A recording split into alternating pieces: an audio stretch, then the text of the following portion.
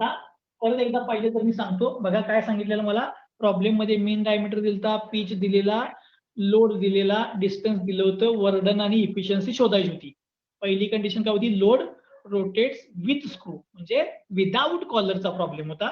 मी mu काढला, काय mu म्हणजे coefficient of friction is equal to tan of phi, phi म्हणजे फ्रिक्शन अँगल. त्यानंतर मी हेलिक्स अँगल काढला, tan alpha is equal to divide by pi DM. आणि मग या किमती मी कशामध्ये पुट केल्या? एफच्या फॉर्म्युला म्हणजे force required to raise the लोडच्या फॉर्म्युलामध्ये पुट केला. या फोर्स वरून मी torque required to raise the load काढला without collar. Force into radius, radius of screw घेतली म्हणजे मला टॉर्क मिळाला. आता वर्क डन म्हणजे टॉर्क इंटू अँग्युलर डिस्प्लेसमेंट. आता इथं आपल्याला काय दिलेलं? 170 mm स्क्रू ट्रॅव्हल झाला असं दिलेलं. मग मी याचे रिव्होल्यूशन काढले.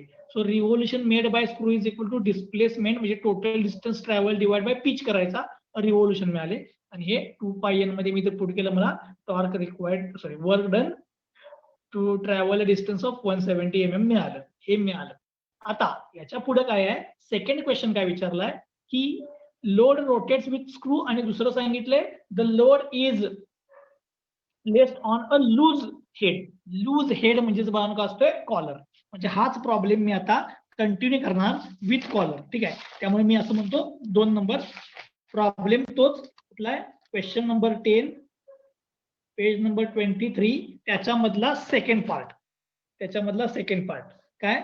When the load is placed on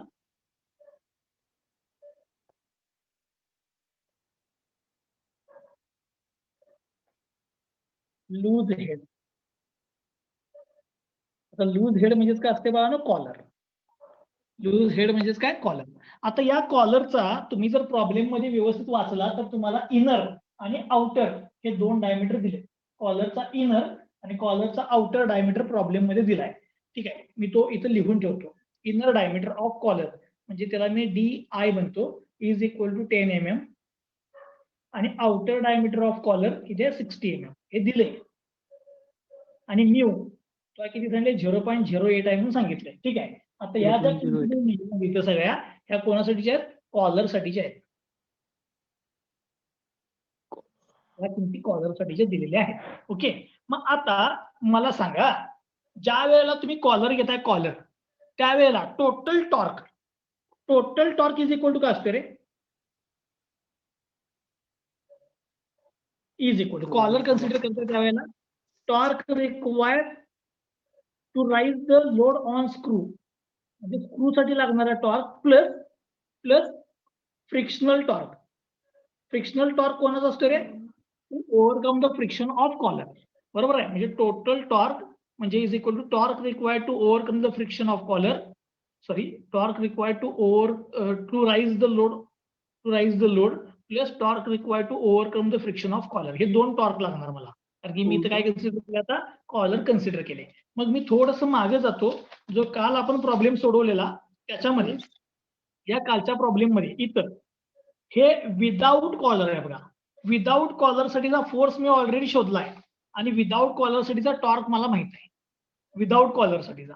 मग आता मी काय करणार? विदाउट कॉलरचा टॉर्क माहित आहे, याच्यामध्ये फक्त कुठला टॉर्क ऍड करणार मी आता? कॉलरचा फ्रिक्शन ओव्हरकम करायचा टॉर्क फक्त मी याच्यामध्ये काय करणार? ऍड करणार. ठीक आहे. त्यामुळे मी आता लिहिणार torque require to overcome the friction of collar. कॉलरचं फ्रिक्शन ओव्हरकम करण्यासाठीचा टॉर्क. तर torque required to overcome the friction of collar. So TC is equal. त्याचा फॉर्म्युला काय? By using uniform wear theory. Formula काय? Mu WR. पण ह्या सगळ्या किमती कोणाच्या आल्या पाहिजे? कॉलरच्या. इथे येणार म्यूची मीन रेडियस, कॉलरची mean radius is equal to mu C problem मध्ये दिलाय 0.08. W प्रॉब्लेम मध्ये दिलाय 20 kilonewton. 20 × 10⁻³ into mean radius of collar. आता कॉलरची मीन रेडियस माहिती आहे का रे? आपल्याला डायमीटर दिलाय. So mean diameter is equal to कसा काढणार? मीन डायमीटर इनरचा डायमीटर प्लस आउटरचा डायमीटर डिवाइड बाय 2. इनरचा डायमीटर प्लस आउटरचा डायमीटर डिवाइड बाय 2. इनरचा डायमीटर आहे 10, आउटरचा डायमीटर आहे 60 divide by 2. So mean diameter is equal to किती येणार बघा? हे 35. हा मीन डायमीटर आला. मीन डायमीटर मिळाला, पण मला इथे मीन रेडियस पाहिजे आहे. मीन रेडियस ही मीन डायमीटरच्या काय असणार? हाफ. 2 हाफ. समजलं? ही कॉलर साठीची रेडियस आहे, कॉलरची. सॉल्व करा. तुम्हाला torque required to overcome the friction of collar मिळेल 28. फक्त. पूर्ण परत एकदा check नाही करा. थांबा इंटू 10 करायचं राहिली. 28,000. 28,000. ओके.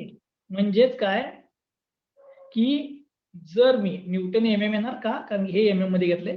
म्हणजेच जर तुम्ही नट आणि स्क्रू घेतला, समजा हा तुमचा स्क्रू आहे, याच्यावरती जर तुम्ही कॉलर प्लेस केली, कॉलर ही अशी कॉलर प्लेस केली, तर या कॉलर आणि इथं जे टॉर्क असणार, म्हणजे स्क्रू फिरायलाय, कॉलर फिरत नाहीये, कारण की इथं मध्ये बेरिंग सरफेस आहे, तर इथं जो फ्रिक्शनल फोर्स जो असणार, त्याच्यासाठी तुम्हाला जो फ्रिक्शनल टॉर्क अप्लाय करायचा आहे, तो 28,000 अप्लाय करायला लागणार. म्हणजे बघा, विदाऊट कॉलर तुम्हाला टॉर्क लागणार होता 72,000, पण तुम्ही कॉलर आता आणून बसवली, कॉलर बसवल्यामुळे टॉर्क आता किती वाढवायला पाहिजे? 28,000.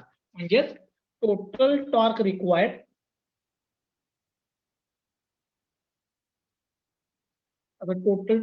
कसं काढणार? 2 टॉर्कची addition. Torque required to raise the load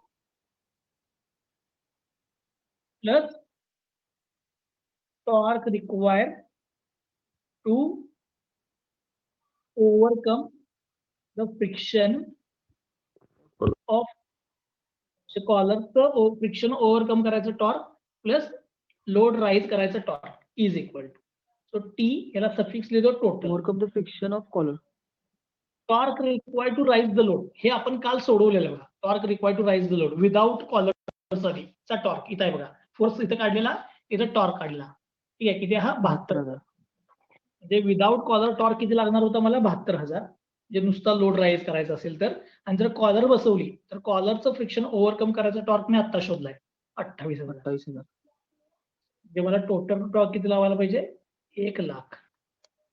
1 lakh Newton MM. ठीक आहे, मी MM मध्ये शोधालोय, न्यूटन MM. म्हणजे एवढा टॉर्क लावायला पाहिजे तर तुमचा लोड काय होणार बाळानो? राईज होणार. ठीक आहे, टोटल टॉर्क मिळाला. पण मला टोटल टॉर्क विचारलं नव्हतं, मला आन्सर काय विचारलं? इथं या आन्सर काय विचारले? Work done efficiency. Work done आणि इफिशियन्सी. आता तुम्ही सांगा मला, वर्क डन कसं काढणार? Work done angular displacement. इथं बघा, टॉर्क इंटू अँग्युलर डिस्प्लेसमेंट. पण तुम्हाला टॉर्क आता काय केला पाहिजे? Total torque. बरोबर आहे, टोटल टॉर्क लोड राईज करायचा प्लस फ्रिक्शनल फोर्स ओव्हरकम करायचा कॉलरचा. हा टोटल टॉर्क येणार इंटू अँग्युलर डिस्प्लेसमेंट. आता सांगा किती डिस्टन्स गेलं रे? हे किती डिस्टन्स ट्रॅव्हल झालाय? स्क्रू 170. एका रिव्होल्यूशन मध्ये पीच एवढं डिस्टन्स पुढे जातोय. म्हणजे टोटल नंबर ऑफ रिव्होल्यूशन किती झाले? 17. डिस्प्लेसमेंट डिवाइड बाय पीच म्हणजे 17 रिव्होल्यूशन झाले. हे माहित आहे, म्हणजे मला आता 17 रिव्होल्यूशन माहित आहेत, टोटल टॉर्क माहित आहे, तर मला काय शोधता येत आता? Work done. ठीक आहे, म्हणून मी आता वर्क डन शोधतो. Work done in displacement of 170 mm. So work done is equal to torque, जे total torque into angular displacement. आता इथे अँग्युलर डिस्प्लेसमेंट घेताना मी फॉर्म्युला काय घेणार बघा, 2πn, कारण की 17 रिव्होल्यूशन झाले माहित आहे. एका रिव्होल्यूशनचं डिस्प्लेसमेंट सांगतो परत एकदा. हे मी 1 लाख लिहितो. हे पुढचं लय महत्वाचं आहे, जरा लक्ष द्या. एक रिव्होल्यूशन झालं म्हणजे अँग्युलर डिस्प्लेसमेंट किती होत्या? 360 डिग्री. 360 म्हणजे 2π. म्हणजे एका रिव्होल्यूशनचे अँग्युलर डिस्प्लेसमेंट 2π. असे किती रिव्होल्यूशन झाले? 17. बरोबर आहे काय? म्हणजे 2πn. n म्हणजे 17 रिव्होल्यूशन. बरोबर. सो किमती पुट करतो. 1 लाख आहे इंटू 2π इंटू 17 रिव्होल्यूशन झाले. सॉल्व करा, तुम्हाला वर्क डन मिळेल. Work done 1 lakh into 2π into 70. 10.68 into 10⁶. 10.68 into 10⁶ Newton MM. mm. एवढं वर्क डन झालं 170 mm मध्ये कॉलर बसवल्यावर. पाहिजे असेल तर मीटर मध्ये कन्वर्ट करू शकता तुम्ही. 10.68 into 10⁻³ न्यूटन. 10⁻³ इकडे घेतला, 10⁻³ mm म्हणजे मीटर झाला. So 10.68 into 10⁻³ newton meter. काय हे उत्तर ठेवलं तरी चालते, असं लिहिलं तरी चालते, किंवा 10⁻³ ला किलो लिहा, किलो न्यूटन मीटर तरी चालते, काय फरक पडत नाही. ठीक आहे. तुम्हाला वर्क डन एक आन्सर मिळालं, वर्क डन. ठीक आहे. आता मागे या परत. काय काय विचारले? वर्क डन पण विचारले आणि इफिशियन्सी पण विचारले. ठीक आहे. सांगा आता इफिशियन्सी कशी काढणार बा? इफिशियन्सी काय 10 मध्ये वापरायचं. सांगतो, जरा लक्ष द्या. तुम्ही इफिशियन्सीचा जर formula tan alpha divide by tan phi plus alpha वापरला तर तो फक्त कुणाची इफिशियन्सी येते त्यातनं? नट आणि स्क्रूची. नाही, म्हणजे मला काय करायला पाहिजे आता इथं इफिशियन्सीचा फॉर्म्युला तयार करायला पाहिजे. सो इफिशियन्सी याला म्हणतात ओव्हरऑल इफिशियन्सी. कसं काढणार? वर्क डन कुणाचं? आउटपुटचं. Output work done divide by काय ना इनपुट वर्क डन. इफिशियन्सी म्हणजे काय? आउटपुटचं वर्क डन डिवाइड बाय इनपुटचं वर्क डन. परत एकदा सांगतो, हे लय महत्वाचं आहे. हे ज्याला लिहिता आलं त्यावेळेला प्रत्येक वेळेला इफिशियन्सी कॅल्क्युलेट करता येते. बघा जरा लक्ष द्या. हा तुमचा स्क्रू, हा तुमचा बिअरिंग सरफेस. इथे तुम्ही ही कॉलर बसवली अशी. ओके. मग आता मला तुम्ही सांगा, इथं तुम्ही टॉमी बार लावणार असा, याच्यावर फोर्स लावणार. ओके. इथं लोड तुमचा ऍक्टिव्ह आला डब्ल्यू. मग आपण काय कन्सिडर करायचं? स्क्रूचं एक रिव्होल्यूशन झालं असं कन्सिडर करायचं. स्क्रूचं एक रिव्होल्यूशन झालं तर हा लोड किती राईज होणार एका रिव्होल्यूशन मध्ये? स्क्रूचं एक रिव्होल्यूशन झालं तर हा लोड किती राईज होणार? स्क्रूचं एक रिव्होल्यूशन झालं की हा लोड किती लिफ्ट होईल रे? किती? 10 mm. एका रिव्होल्यूशन मध्ये एका पीच एवढे डिस्टन्स ऍडव्हान्स होणार ना. एका रिव्होल्यूशन एवढे डिस्टन्स ऍडव्हान्स होणार, बरोबर. म्हणजे आता वर्डन काय? हा लोड लिफ्ट करायचा आहे. हा लोड लिफ्ट करायचा म्हणजे वर्डन काय येणार? डब्ल्यू फोर्स इंटू याची डिस्प्लेसमेंट. याची डिस्प्लेसमेंट एका रिव्होल्यूशन मध्ये किती होणार? लीड एवढी होणार. W into lead, force into त्याची डिस्प्लेसमेंट एका रिव्होल्यूशनची. आता इनपुटसाठी इथं तुम्ही काय अप्लाय केला रे? हे फिरवण्यासाठी काय अप्लाय केलाय? टॉर्क. टोटल टॉर्क येणार का? Total torque into torque force into displacement. Angular मध्ये काय येणार? Torque into angular. आता हे जे लिहालोय हे आपण एका रिव्होल्यूशन साठी लिहालोय, कारण की एका रिव्होल्यूशन मध्ये किती डिस्टन्स गेलं? लीड एवढं. हे एका रिव्होल्यूशनची अँग्युलर डिस्प्लेसमेंट येणार एका रिव्होल्यूशनची. So efficiency is equal to W into lead म्हणजेच काय येणार? पिच, कारण की इथं सिंगल स्टार्ट आहे. लीड म्हणजेच काय येणार? पिच. टोटल टॉर्क आता शोधलाय आपण, तो लिहितो इथं, इंटू अँग्युलर डिस्प्लेसमेंट सांगा एका रिव्होल्यूशनची. एका रिव्होल्यूशनची अँग्युलर डिस्प्लेसमेंट आयडियम 2 pi 360 डिग्री 2 pi. एका रिव्होल्यूशनची 2 पाय. ओके. आता मी किमती टाकतो. डब्ल्यू किती दिला बघा प्रॉब्लेम मध्ये? 20 into 10⁻³ पीच किती दिलाय? 10. टोटल टॉर्क, आता लक्ष द्या, मी पीच एमएम मध्ये लिहिलाय. पीच एमएम मध्ये म्हणजे टॉर्कची किंमत मला एमएम मधली लिहायला पाहिजे. ठीक आहे. टोटल टॉर्क किती आहे बघा?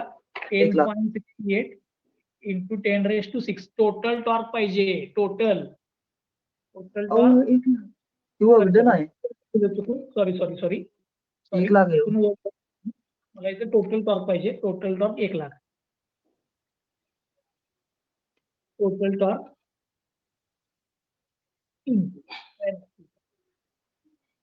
सॉल्व करा तुम्हाला इफिशियन्सी मिळेल. 0.31 म्हणजे 31%. याची इफिशियन्सी किती आता? 31% आहे. याची इफिशियन्सी किती आहे 31%. ओके. सोपा आहे? एकदम सोपा आहे. फक्त तुमच्या कायम लक्षात काय पाहिजे, without collar with collar. Without collar आणि with collar. Without collar force into radius. Force कसा काढणार, W tan phi plus alpha. Collar mu W R. मग त्याच्यावरून तुम्हाला जर विचारलं असेल ते शोधता येईल. ठीक आहे. आता मी मुद्दा म्हणून काय करणार आहे, एक प्रॉब्लेम आता मी घेणार आहे, पण मी त्याचं कुठलंच आन्सर शोधणार नाही आहे. मी फक्त कसं सोडवायचं ते सांगणार आहे. घरात तुम्ही सॉल्व्ह करायचा आहे प्रॉब्लेम. घरात तुम्ही प्रॉब्लेम सॉल्व्ह करायचा आहे. मी फक्त काय करायचं एवढंच सांगणार आहे.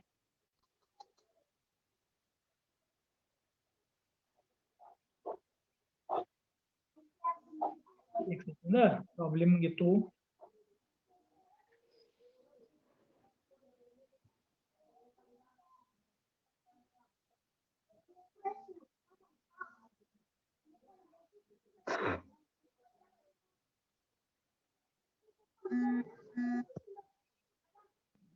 सर सगळ्या प्रॉब्लेमला एक स्टेप वापरायचं सगळ्या.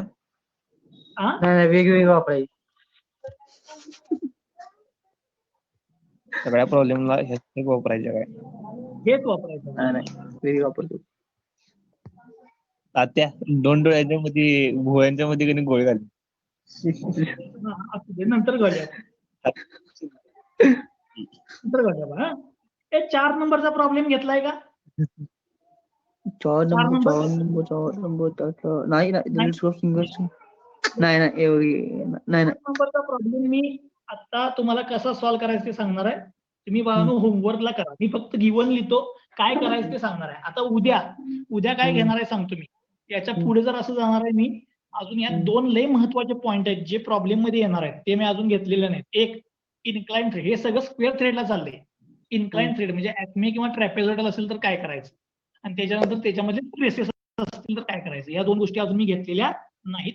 याच्या आजचं झाल्यानंतर उद्यापासून मी काय करणार, थेरी परत घेणार 1-2 दिवस आणि मग परत प्रॉब्लेम कडे येणार. ठीक आहे. बघा 4 नंबरचा प्रॉब्लेम काय म्हणले, the lead screw of lathe has single start. सांगताना सांगितले काय, सिंगल स्टार्ट. सिंगल स्टार्ट याचा अर्थ काय रे, lead is equal to pitch. Single start याचा अर्थ काय, बुक राईटला काय की हे बघितलं. हा, lead is equal to pitch. Single start याचा अर्थ lead is equal to pitch. पुढे बघा, with 24 mm outer diameter. Outer diameter दिलाय 24 mm आणि पुढे काय म्हणले 6 mm पिच. पिच दिलाय 6 mm. पुढे काय म्हणले, in order to drive a tool carriage the screw exerts axial force. Axial force म्हणजे W दिलाय 3 kN. ऍक्सियल फोर्स किती दिलाय 3 kN. Find the power. आणि पॉवर किती लागणार असं विचारलं. Okay. Find the power required to drive the lead. If it required to rotate at, त्याची स्पीड दिल्या किती, 30. त्याची स्पीड किती दिल्या 30 RPM. आता ऍज्युम म्यू दिलाय 0.15 आणि इफिशियन्सी पण किती असं विचारलं. इफिशियन्सी. आता हा प्रॉब्लेम तुम्हाला सॉल्व्ह करायचा आहे. सगळ्यात पहिल्यांदा तुम्ही मला एक सांगायचं, याच्यामध्ये कॉलर आले का? टूल कॅरेज नाही आलेली नाही. संपलाच विषय. कॉलर आलीच नाही. त्यामुळे कॉलरचा प्रश्नच नाही आता इथं. लक्ष द्या. प्रॉब्लेम कसं सॉल्व्ह करायचं सांगणार आहे. मला विचारले पॉवर. पॉवरचा formula torque into omega. Torque into omega. Omega शोधण्यासाठी एन दिलाय बघा. एन आहे का, एन 30 RPM म्हणजे ओमेगा माहिती. ओमेगा माहित आहे. एन दिलाय बघा. 2πn/60 ओमेगा माहित आहे. आता राहिला काय, टॉर्क. टॉर्क कसा काढणार, फोर्स इंटू रेडियस. रेडियस म्हणजे कुठली येणार ही, मीन रेडियस. मीन रेडियस कशी काढणार, मीन रेडियस. आउटर डायमीटर दिलाय, outer diameter minus half of pitch. Outer diameter minus half of pitch म्हणजे रेडियस मिळणार. राहिला काय आता, फोर्स. फोर्स कसा काढणार सांगा, force W tan phi plus alpha. W tan phi plus alpha. बघा W दिलाय फाय आणि अल्फा माहिती. फाय कसा काढणार? हेलिक्सचा अँगल हेलिक्स म्हणते mu tan phi. Mu is equal to tan phi. Tan phi. आता फाय मिळाला. अल्फा कसा काढणार? Alpha lead upon helix pi angle tan is equal to lead divide by Pi pi d. D. Lead म्हणजे pitch आहे, mean diameter म्हणजे आउटरचा minus half of pitch. हे मिळालं. अल्फा मिळाला, फाय मिळाला, इथं पुट करा, एफ मिळतोय, एफ इथं पुट करा, टॉर्क मिळतोय, टॉर्क इथं पुट करा, पॉवर मिळते. उलट्या डायरेक्शन सोडवत जायचं, पॉवर मिळते. हे उलटे स्टेप करत गेले एक एक एक एक एक एक मला पॉवर मिळते, प्रॉब्लेम. आता इफिशियन्सी विचारलं. इफिशियन्सीचा फॉर्म्युला सांगा. इफिशियन्सी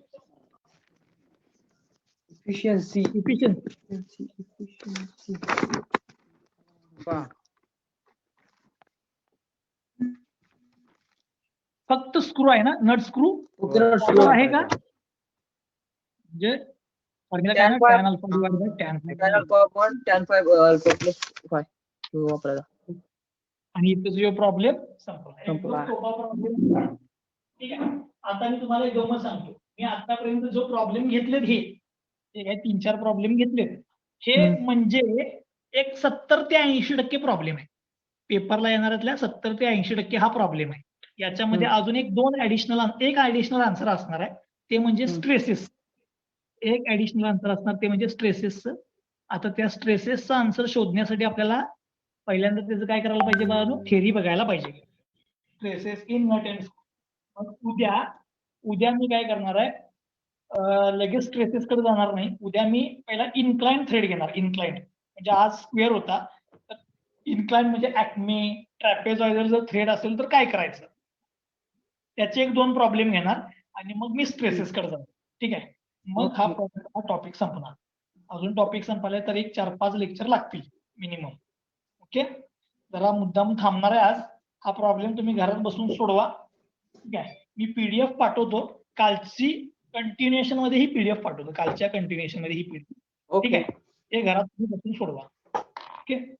उद्या भेटूया. फक्त एक सांगतो, आज टॉमचं काय झालं, ते व्हिडिओ मी करायला गेलो, ते काय झालं नाही व्हिडिओ, कारण की माझ्या कॉम्प्युटरची मेमरी संपली, त्यामध्ये व्हिडिओ सेव्हच झाला नाही.